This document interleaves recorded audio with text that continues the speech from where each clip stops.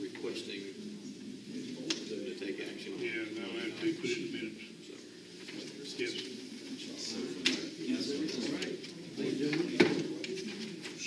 Do what? Purchase agreement. That's yours.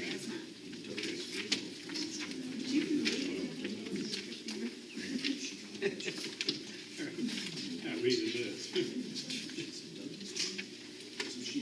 You got everything you checked. I checked everything from the last thing. You That's it, we got it.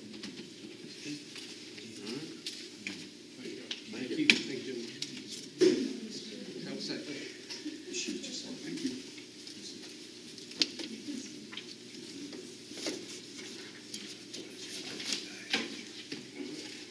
Okay.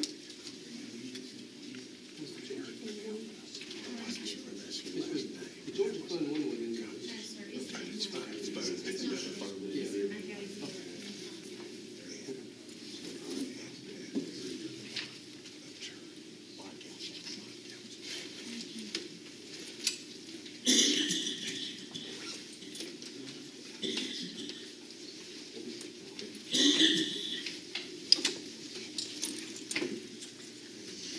Thank you all. Thank you. Thank you. Thank you.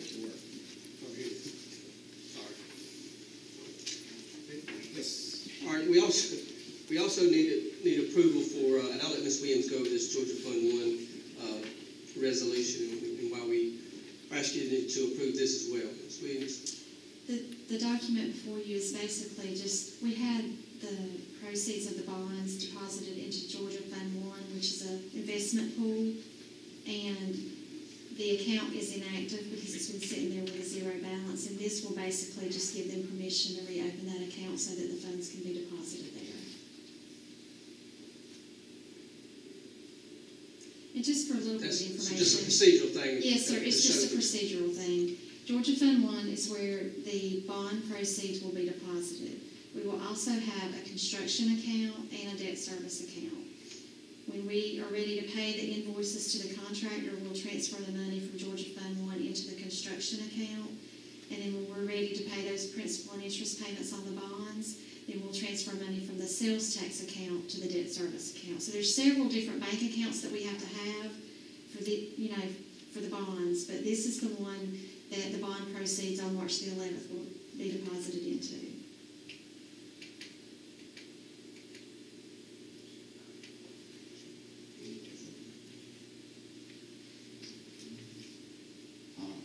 We need to approve this. I'll make a motion to approve the resolution for the Georgia One. Second. Moved and properly second. Dr. Whipper? Yes, ma'am. Mr. Ellis? Yes, ma'am. Mr. Davidson? Yes, ma'am. Ms. Royal? Yes, ma'am. Mr. Sutton? Yes, ma'am.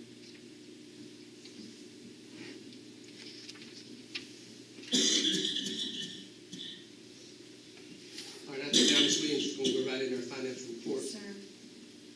This is the January financial report. I did email it. Hopefully y'all received that and have had a chance to review it. But I'm going to start on page 1. It won't open. Okay. Are you able to open it on your, okay, there we go. Page 1 is just our summary sheet. The top part is our cash balances. As you'll see, at the end of January, we had $10.3 million total. The $6 million you see right up above that, we moved that into a CD during the month of January. So we're trying to invest some of that cash. And the reason that we have this large amount is because of the ad valorem. It comes in just a couple months all at one time. So that balance will go down as the year progresses, but we were able to put $6 million into a CD, and that is at Prime South Bank. The very last line shows you that we have collected $10.4 million in local taxes, which does include the title ad valorem and the regular ad valorem taxes. Ms. Williams, is that about average this time of the year, or? Yes, sir. It's a little bit higher than typically at the end of January, but we've had a good collection year for ad valorem. Good news. The next page is our general fund balance sheet, and it just shows again our assets, our liabilities, and our fund balance. You see we started the year with $6.9 in our fund balance. And we have added 4.3 million, but that's because of that cash flow that comes in basically 2 months. That number will go down again as the year progresses. The next page is our general fund revenue. General fund revenue for the month of January is 8.2 million. Year-to-date is 23.8 million. The very top line there, as you'll see, we budgeted 11.7 million in ad valorem, and we've collected a little over 10 million. And we've still got until, June in our fiscal year, so I feel sure that we'll collect the amount that we budgeted. Next page starts the general fund expenditures, and I'm not going to go page by page unless there's something in your review that you've got a particular question on. But Martha, if you can move on to page 11. Total general fund expenditures for the month of January, 3.4 million. Year-to-date, 19.4. And we're right on target with all of our budgets in the general fund this year. The next page is our capital projects. And we collected in the month of January for sales tax $397,000. And we will start, hopefully, in the next few months having some activity there in the expenditures for the new Odom Elementary and the new Martha Riles now that we have those bonds approved. The next page is our federal programs in pre-K. Again, I want to remind you that these are on a reimbursable basis, so we send a requisition to the state every month and ask them to reimburse us for what we have spent through the end of that month. Page 15 is school food service, and they're still holding their own fiscal year to date. Their expenditures have exceeded their revenues by a small amount, $39,000, and they're in really great shape financially so far. The next page is the details of expenditures for school food service. Again, year-to-date expenditures is a little over $2 million. And then the final page are our budget amendments. We did have several budget amendments in our federal programs, and the majority of these were just the carryover funds. We receive a basic grant amount, and then anything that's carried over from the previous year, any funds that were left over, we're able to roll them over to the next year, and that's what these budget amendments were for. Are there any questions?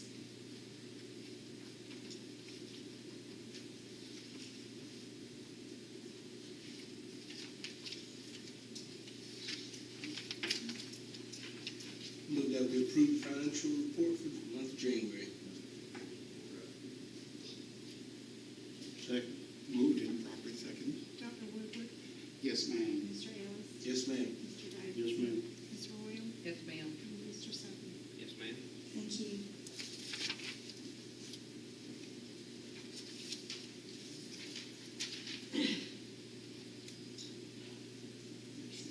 All right. Yes, sir. I've asked Mr. Thornton if he'll come forward. I've asked him just to kind of give us an update of where we are, remind everybody of the reason why we are, why we approve those bonds is where we can have that cash flow to stay on a time frame to get our children in 2 new schools really a year earlier than we previously planned. But we were getting down kind of tight to get it done, but we're going to get there. So, Mr. Thornton, if you'll update us. Yeah, I talked with Craig Buckley, the architect, today, just to find out and make sure we're still on our target date. So, what he shared with me today is the Odom blueprints. The final check set goes to Atlanta on Thursday, and it usually, he said, from 1 to 2 weeks, depending on the state's workload, of how long before they'll turn them around, approved. And if they find anything that the architect has to work out, then they'll work that part out. And he also said that, talking to his engineers and folks today in his organization, that the Martha Riles Smith plan should be going up within a week right behind them. So it could be that here he's hoping around March the 12th is still the target date, that he'll be able to advertise. If the plans, if we can get them close enough, Craig wants to think within a 2-week window that there's possibly we could bid both projects at the same time. And that would give us, the owners, the opportunity that contractors could bid both, either one, and combine. So it would be, I think it'd be a good thing for us as owners to get an opportunity, to probably save some bucks that way. So anyway, been just working with him, but me and Dr. Brimson, and everything's going right to schedule. And hopefully, I think we'll probably start moving some dirt and probably in early April, mid-April sometime. We could have to bid the water contractor will be going to work. And it looks like that Mark Roll Smith will fall right in there. I mean, it'll be one big building at the same time before it's all said and done. So everything's looking good, on track. I've asked the architect today, did he have anything left for us to answer? And he says that he's got all the information from us. So things are on track. If anybody's got any questions. Sounds like we need to keep praying. Yes, that'll work. That's good. I appreciate Mr. Thorne. Yeah. Just with any project like building a house, you're always going to have issues to come up, but I appreciate him. He's worked hard with Buckley and the engineers to address all the small things that come up, with, in preparation. But we're working hard to stay on track. But he's done a great job, and we're getting excited.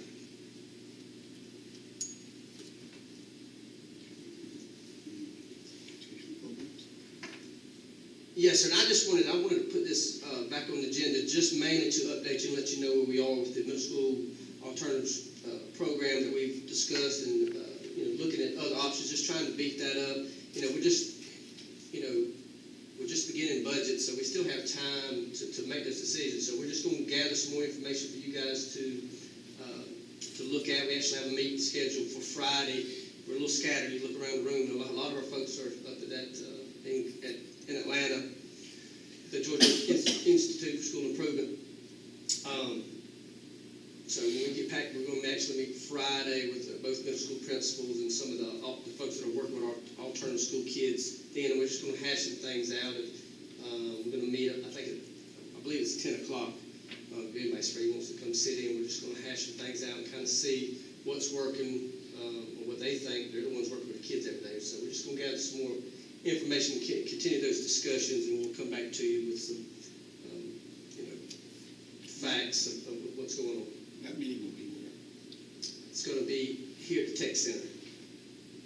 10 o'clock-ish. It's actually going to piggyback on the previous meeting, so it may not begin exactly at 10. The prior meeting at 9 o'clock with the same individuals. Any questions or any information that anybody wants me to gather? Okay.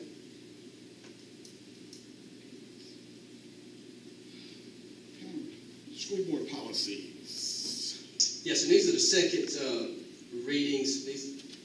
For these policies, again, we're asking you to consider approval for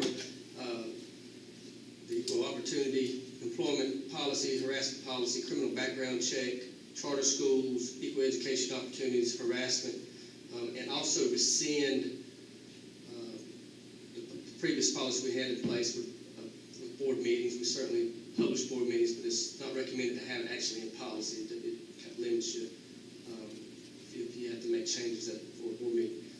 Also, the food nutrition program and 2 hiring policies were recommended to be rescinded. This is the second reading, so any discussion or questions about that? Otherwise, I'd ask you to consider taking action on those.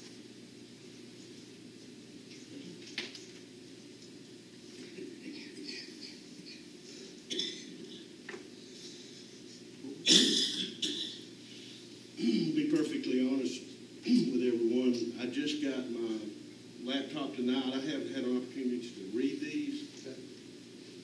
Would there be an objection to postponing them to the next, or would there be a problem postponing? That's not with me. That's a totally up to you. You individuals.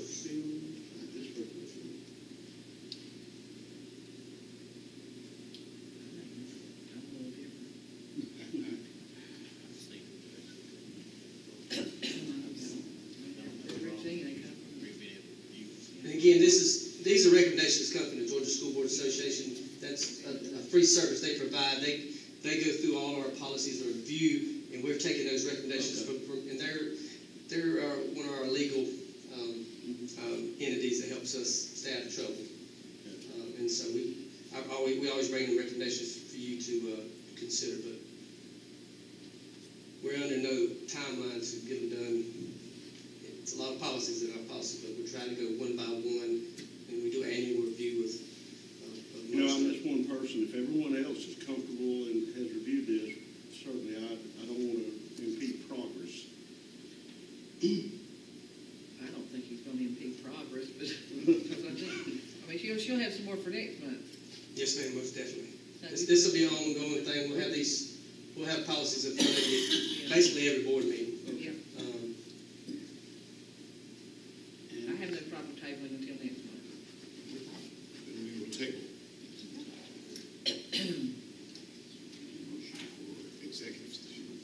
Yes, I do need a short one, Dr. Ward. You need to read that statement. If you that one, yes, please. To discuss or deliberate upon the appointment, employment, compensation, hiring, disciplinary action or dismissal, or periodic evaluation or rating of a public officer or employee, or to interview applicants for the position of superintendent.